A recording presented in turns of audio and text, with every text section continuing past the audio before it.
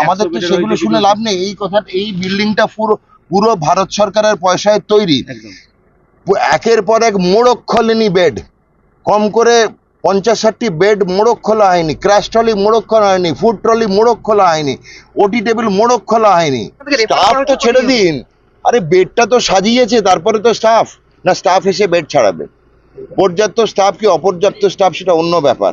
আমার কথা হচ্ছে তার সঙ্গে পরিষ্কার পরিচ্ছন্নতার অভাব, এটা পর্যাপ্ত সাফাই কর্মচারী। আমি এখানে এক মিনিট দাঁড়ান, আমি এখানে সব হিসেব নিয়েছি কত স্টাফ আছে, সেটা যথেষ্ট এই হাসপাতাল চালু রাখার জন্য। কাজ সম্পন্ন হওয়ার আগে নবান্ন থেকে স্যার উদ্বোধন করে দেওয়া হয়। রোগীদেরই তো লিফট ব্যবহার করতে দেওয়া হয় না। আমরা তো এসছি এটা পরিষেবা দেখার জন্য। আপনি এর আগে সাংবাদিকতা করছেন, কোনোদিন দেখেছেন কোন মন্ত্রী এসছে? বিগত 25 বছরে কেউ আসেনি হাসপাতাল। তাও দিল্লি থেকে নরেন্দ্র মোদীজি টাকা দিয়ে হাসপাতালের বিল্ডিং বানিয়েছে ন্যাশনাল হেলথ মিশনে।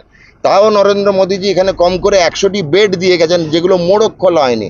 4টে রেফ্রিজারেটর, ফ্রিজ মোড়ক খোলা হয়নি কোভিডের সময় থেকে।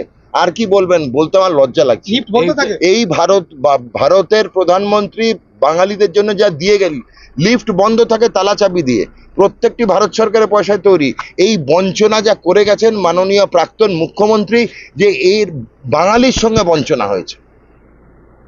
উনি বাঙালিকে শেষ করার প্রচেষ্টায় পুরো বিল্ডিং এ দেখিয়ে দেখুন, ওপরে 3টে ফ্লোর বন্ধ করে রেখেছে। আমি দেখেছি সেন্ট্রালি এয়ার কন্ডিশন বিল্ডিং চালাতে দেননি উনি। দেখে গেলাম পরিষেবা পর্যাপ্ত করব।